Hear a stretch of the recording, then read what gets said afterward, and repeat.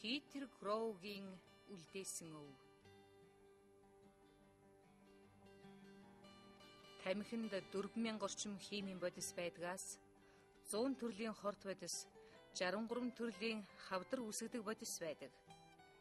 Тамхи татаж байгаа хүн эдгээр хорт бодисыг шууд залхихын хамт эдгээр хорт бодисоор орчноон бохирдуулдаг.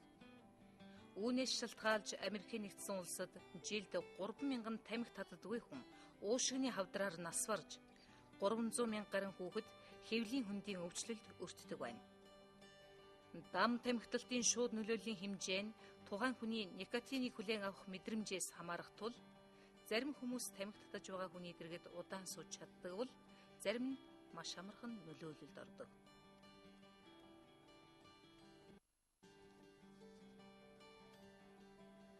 Канадын жирийн нэгэн эмэгтэй Хитер Кроу 40 гаруй жил рестораны үйлчлэгч хийхдээ дам тамхиталтын уршгаар уушигны хорт хавдар тусч хорвоог орхижээ.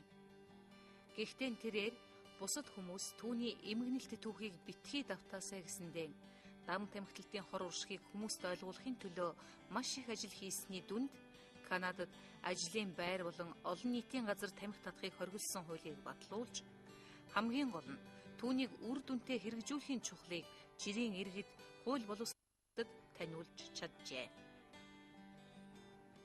Хитер Кроу түүнийг дэмжигчдийн тусламжтайгаар сая хүмүүст дам тамхиталтын хор уршгийг таниулж, тамхигүй орчинд ажиллах, амьдрах нөхцөлийг бүрдүүлж өгснөөрөө дээдийн дээд баялаг, эрүүл байх нэгэн боломжийг нээж өвлүүлж өгснөөрөө эдүүгээ домог болон үлджээ.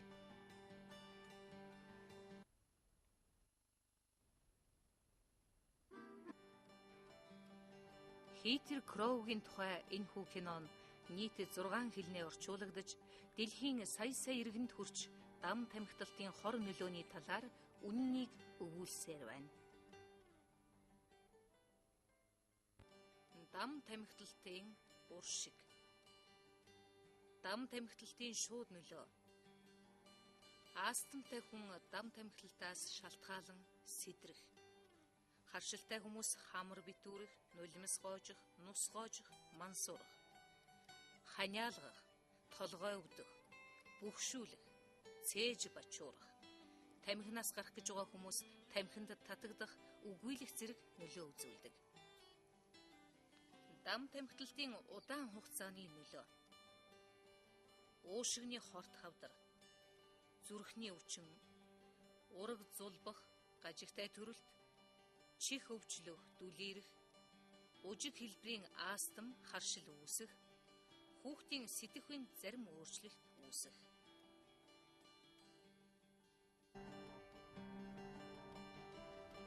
Дууч Бэлзухайг бизнест хэрэгэлдэг байжээ. Уурхайд бүр тодруулбал нүүрсний уурхайн гүнд хүн ажиллаж болох эсхийг мэдхийн тулд Дууч Бэлзухайг авч ордог байсан байна. Хэрвээ тэнд аюултай байвал Дууч Бэлзухай дуулахаан болдог бөгөөд энэ нь ажиллах боломж алга гэсэн дохио болдог байжээ. Гэтэл тамхины утаа дүрэн бар, ресторан, ажилчдын эрүүл мэндэд хэрхэн нөлөөлж байдгийг хэн ч тооцож шалгаж байсангүй. Миний хувьд би 40 гаруй жил ресторанд үйлчлэгч хийлээ. Харин одоо би хизээ өгөх болоо гэсэн айдаст автаад байна.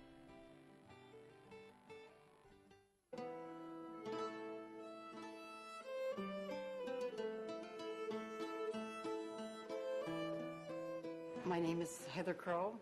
I'm 57 years old and I'm dying of lung cancer. Намайг Хитер Кроу гэдэг. Би 57 настай. Дам тамхиталтын уршгаар уушигны хорт хавдартай болсон. Миний өвчин шаналл намайг өдөр ирэх тутам улам ихээр зовоосор байна. Ресторанд зөөгч хийх нь над шиг хүний хувьд хялбар, биед амар ажил байсан юм. Өрх толгойсон хүүхдээ эмэгтэйн хувьд гэр бүлийн болон бусад ажлаа зохицуулан төлөвлөхөд надад амар байлаа л да. Ресторанд хүмүүс тамхи татснаас болж заал тамхины утаанд цэнхэртэж харагддаг байсан юм. Энэ байдлаас болж өөрөөр хэлбэл энэ тамхины утаагаар амьсгалж байснаас болж надад уушигны хавдар туссан юм. Би өөрөө амьдралдаа нэг ч удаа тамхи татж үзээгүй. Харин 40 гаруй жил ресторанд ажиллаж байхдаа дам тамхиталтын золиос болсон юм да.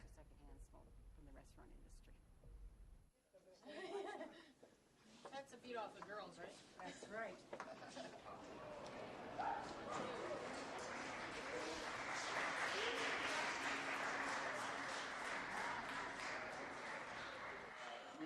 celebrate the birthday of Heather Crow, who is with us today. And Heather's 61 today, and we think that's a great Өнөөдөр бид домог болсон Heather Crow-гийн төрсөн өдрийг тэмдэглэх гэж байна. Өнөөдөр тэрээр 61 нас хүрч байгааг дуулахад таатай байна. Дашрамд түүний байгуулсан асар их амжилтанд баяр хүргэе.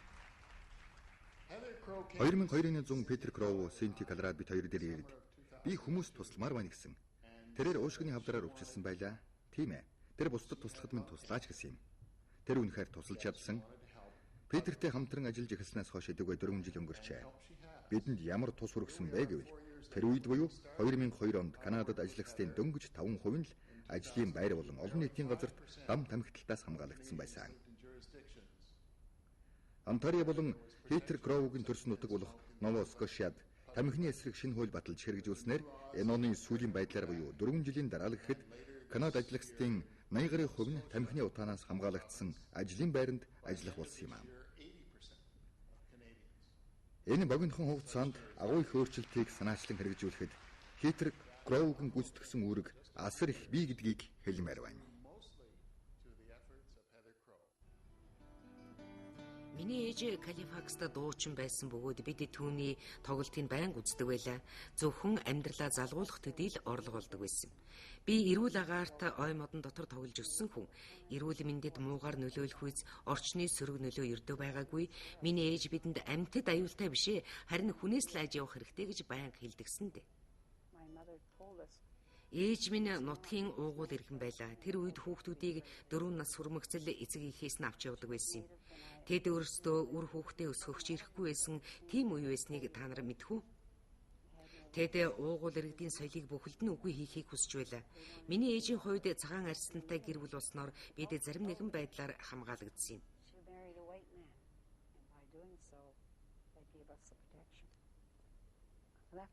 Энэ миний 17 настай байх үеийн зураг. Би ажил хийхээр энд Торонто хотод ирэхээс өмнөхөн авахулсан юм.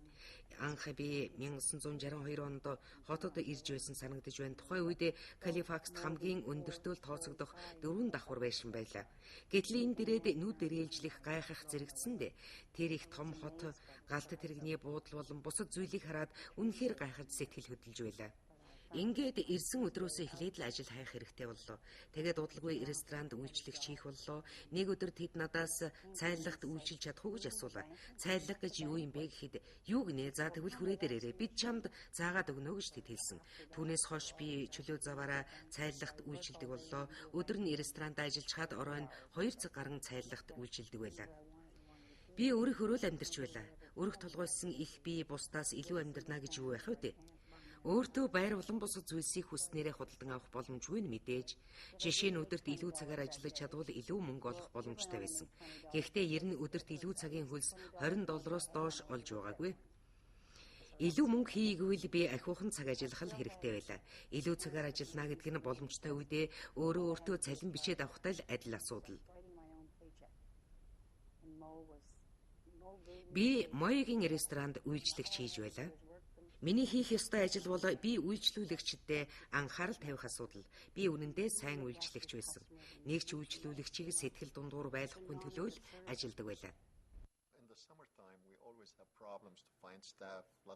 Зуны улиралд ажиллах хүн олно гэдэг нь миний хувьд хамгийн хүндрэлтэй асуудал байдаг. Ялангуяа амралтын үеэр бол бүр хэцүү. Heather над дээр ирээд "Мой, энэ амралтын үеэр чи одоо яана" гэж хэлсэн.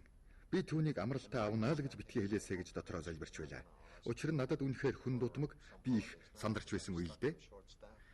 Хэрв тэрээр амрах хүсэл тавьсан бол би үнэхээр үгүй гэж хэлж чадахгүй байсан. Учир нь надыг хүнээр дутмаг байхад тэрээр хизээд тусалдаг байсан. Гэхдээ би түүнээс яагаад явах гэж байгааг асуусан. Тэр би дөнгөцсөн эмчид үзүүлээд ирлээ.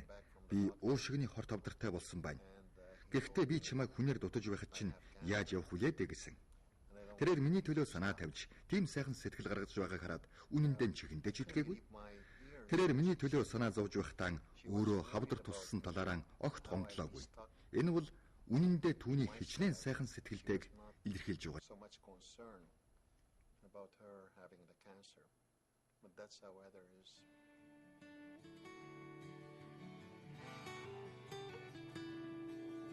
I had a good Миний lifestyle. хувьд амьдралын зөв хэв маягийг баримталж эрүүл мэндэд байнга анхаарал тавьдаг байсан. Гэтэл миний хүзүүн дээр урт хатуу зүйл мэдрэгдэхээр нь би эхлээд ямар нэг юм хадсан ч юм уу цогцчихсан юм байхтаа л гэж бодлоо. 3-7 хоног өнгөрлөө арилдгүй. Юу болохыг би огт ойлгоогүй. Тэгээд эмчд үзүүлж энэ юу вэ гэсэн. Тэгээд надаас цусны шинжилгээ аваад дараа өдөр нь эрентгийн тарлаа. Эрентгийн тарсны дараа эмч нар энэ бол хавдар гэлээ. Хавдартай гэж сонсоод би үндэ яахаа мэдэх байсан. Үүнийг юу гэж ойлгохооч мэдэхгүй байлаа. Би амьдралдаа ганц ч удаа тамхи татж байгаагүй. Арай энэ дүрл биш үсттэй. Эсвэл хавдар эхэлж байгаа юм уу гэхэд үгүй ээ, энэ бол хорт хавдар гэсэн юм. It's a large cancerous tumor. Cancer absorbs your whole life. Хавдар миний амьдралын итгэл мөрөөдөл бүх зүйлийг маань эрс өөрчиллөө.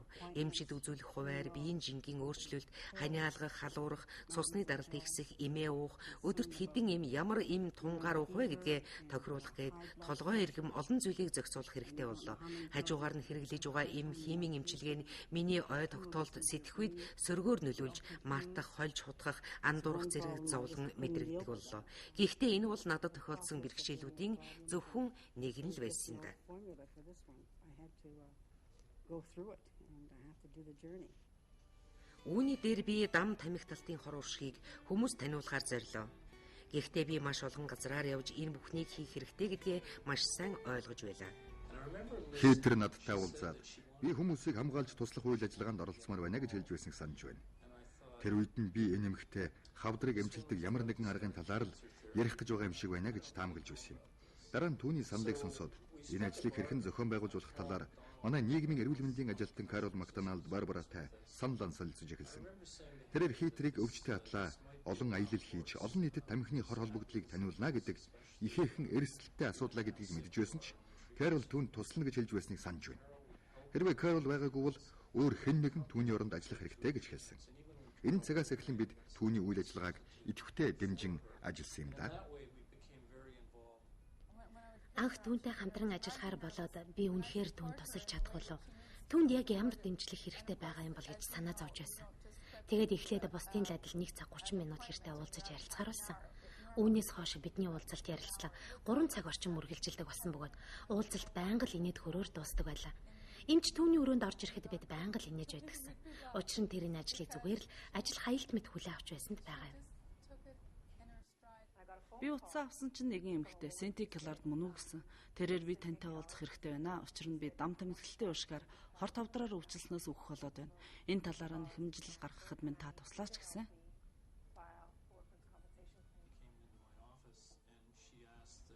Тэр эмэгтэй миний ажил дээр ирээд би ажилчдын нөхөн болгоны талаар нэхэмжил гаргах гэсэн юм. Миний захидал дээр гарын үсгээ зураад өгөөч гэсэн.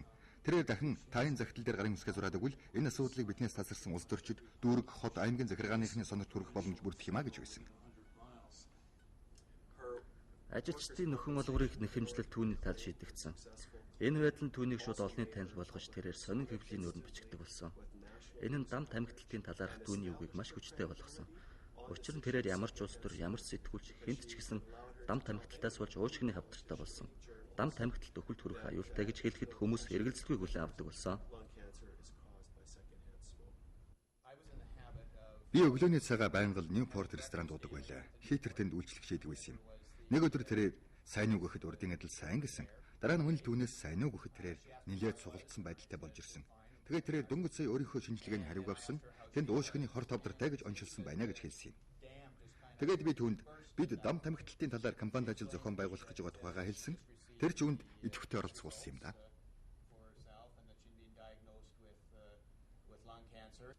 So I explained to her that we were in the process of developing a campaign on secondhand smoke.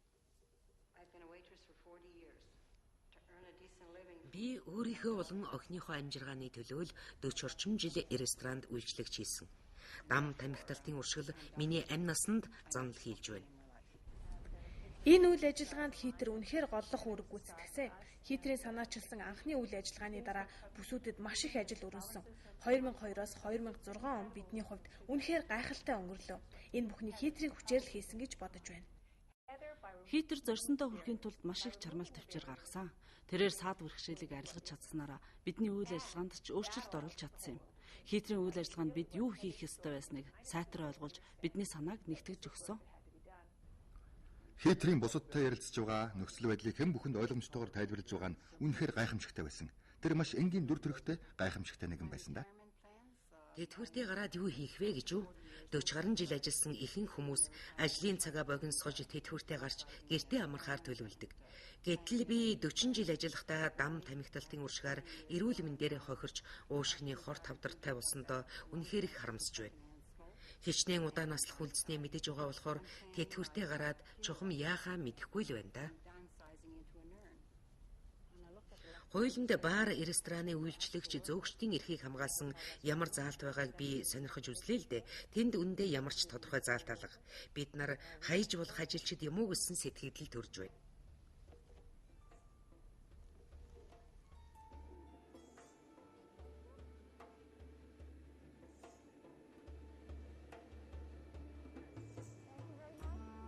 When Heather and I began our visits across Canada to visit labor ministers. Хитэр бид хоёр Канада орноор хөндлөн гулд явахдаа хөдөлмөрийн сайд, эрүүл мэндийн сайд, орон нутгийн удирдлагууд, иргэний нийгмийнхэнтэй бүгдтэй нь уулзж байсан.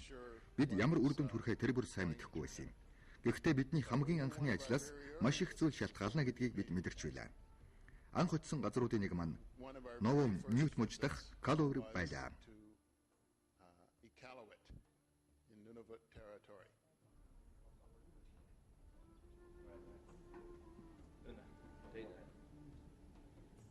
Уулзсандаа таатай байна. Таныг эндэрсэнд би маш их баярлж байна.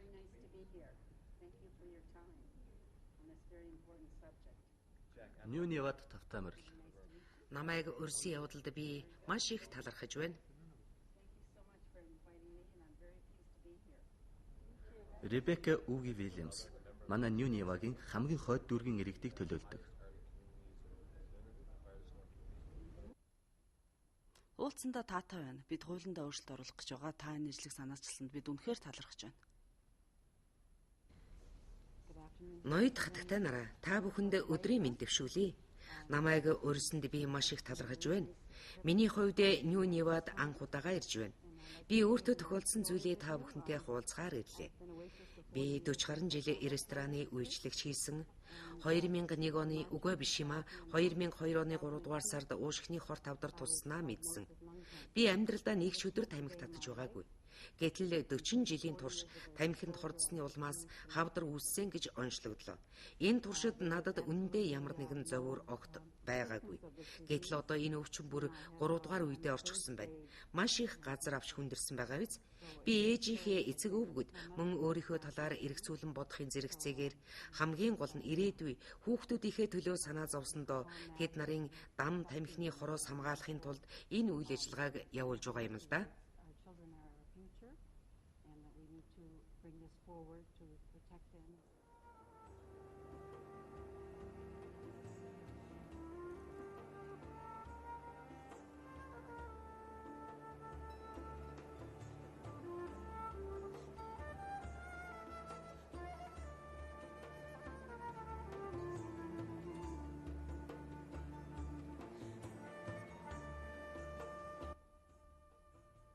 Сайн байна уу? Уулзсандаа маш таатай байна. Таны зорьсон ажил үтэмжтэй байна уу? Хүмүүс тамхинаас татгалзаж байгаа нь сайн шалтай. I'm a Mac, yes. I have a white face but a red heart. Сайн байцгаана уу хүүхдүүдээ? Та нар тамхи татдаггүй үстэй? Хэрвээ тамхи татдаг бол надад юу тохиолдсныг л сайн сонсороо доо. Тамхичны эрүүл мэндэд тун их хортой шүү. Энэ тамхи татдаг. Гэхдээ одоо тамхинаас гарах гэж байгаа. Тамхинаас гарахаар шийдсэн бол тун сайн байна.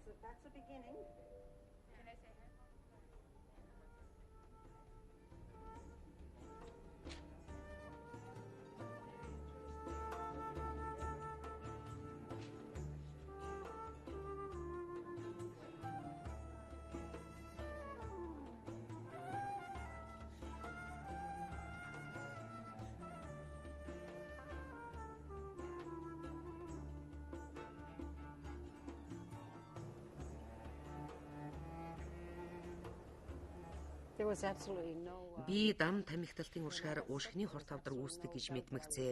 Энэ талаар хүмүүс дуулах нь зүйтэй гэж шийдсэн юм. Би хамт ажилладаг хүмүүстэйгээ ярилцахад тэдгээрийн нэгэнч дам тамхиталд үхэлд хүргэж болдгоо гэдгийг мэдэхгүй байлаа. Тэд энэ талаар үнэхээр юу ч мэдэхгүй байсан. Тийм учраас л би Канада даяар энэ мэдээллийг түгээх, улс төрчидтэй уулзаж, хууль журманд холбогдох өөрчлөлтүүдийг оруулахад нөлөөлөх нь зүйтэй гэж үзлээ. Би ямар ч үр дүнд хүрэхээ мэдэхгүй байсан ч гэлээ өөрөөс шалтгаалах бүхнийг хийж байсан.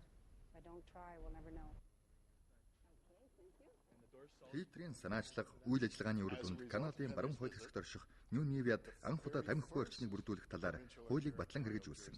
Ингэснээр тамхи татадгүй иргэдийг шударга бусаар хордуулдаг үйлдэлийг хориглосон.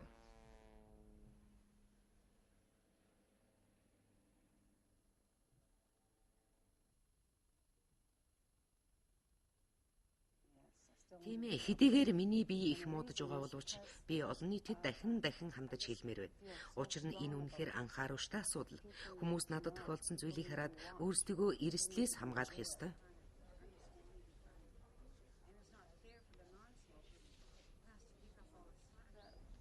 Хитрийг ярьж байхад хүүхдүүдэд түүний ярианд нь татагдам орж ухаарч байгаа нь ажиглагдсан. Тэр үнэхээр сайн ярьж байсан учраас хүүхдүүд хитэр үннийг ярьж байна гэдэгт бүрэн итгэлтэй байсан. Би хүүхдүүдийн дэрэг зогсоод тэд нарын төлөө юу хийж чадах болоо гэдгээ харахыг хүсэж байсан юм. Тамхины хор уршгийн талаар бидэнд үнэтэй сургамж өгч өөр тохиолдсон зүйлсээ бидэнтэй хуваалцсан хатагтай Хитер танд мянган удаа баярлалаа гэж хэлье. Тамхины хор уршгийг таниулах, дам тамхиталтын эсрэг тэмцлээ та зогсоохгүй гэдэгт бид нар итгэж байна. Та биднийг өөрийнхөө элчин сайдууд гэж ойлгож хандаарай. Бид энэ шуудаар дамжуулан таны үгийг орон даяар түгээх болно. 45 мянган онтариочуудад тамхины хор уршгийг таниулахын тулд би энэ хар туузыг зүүж тамхины эсрэг үзэл бодлоо нэгтгэж байгаагаа илэрхийлэх болно.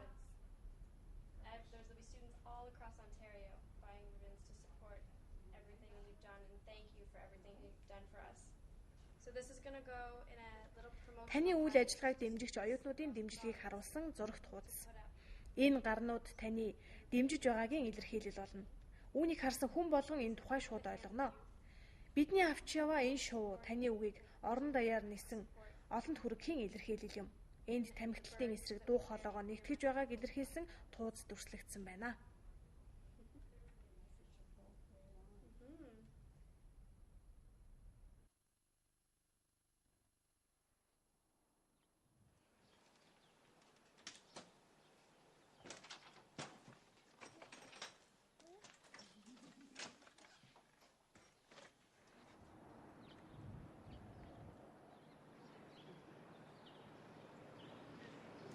Хитер хүмүүст маш чухал мэдээлэл үнэтэй сургамжийг хүргэсэн. Үннийг хэлэхдээ бусдын буруугаас өвчин туснаа тайлбарлахдаа хэнийг ч дайрч зэмлэж буруутгаагүй бүгдийг ойлгуулж ухааруулж чадсан. Нийгмийн болон иргэдийн эрүүл мэндийн боловсролыг дэмжих талаар Хитер бидний хүрч чадаагүй амжилт гаргасан. Үнэн дээр хүмүүс тамхигүй орчныг бэлгэлснээр эрүүл энхийг бэлгэлсэн. Хойч үедээ тамхигүй амьдрахын чухлыг таниулан өвлөж өгсөн юм а. Дам тамхиталтанд өртөж байгаа мянган хүмүүсийг төлөөлөн дам тамхиталтын хорыг мэдэхгүй сая хүмүүст тамхигүй эрүүл орчныг бэлгэлэх гэж Хитер өөр тохиолдсон үнэн түүхээ хүмүүстэй хуваалцсан.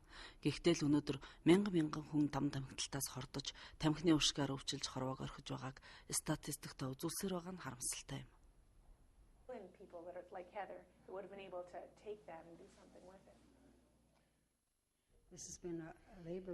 Би хүмүүсийн төлөө хүмүүст тамхигүй эрүүл орчныг бий болгохын чухлыг таниулах, дам тамхиталтаар нэгээ хордуулдаг байдлыг өөрчлөхийн төлөө явж байхад хүмүүс бүгдээрээ надыг дэмжиж байлаа.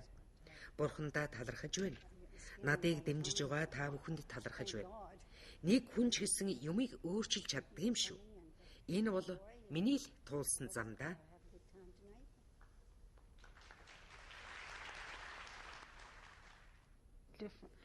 Хэрвээ бид бусдынхаа төлөө сайн сайхныг хийхийг хүсвэл ганц хүн ч гэсэн том өөрчлөлтийг хийж болдог юм байна. Дам тамхиталтын уршгаар хорвоог орхих хүмүүсийн эцсийнх нь бий байгаасай. Хүн бүхэн тамхиталтын хор уршгийг сайтар ухаарч эрүүл мэндээрээ бүү хохироосой гэсэн сэтгэлээр энэ бүхнийг та нарынхаа төлөө хийж байна.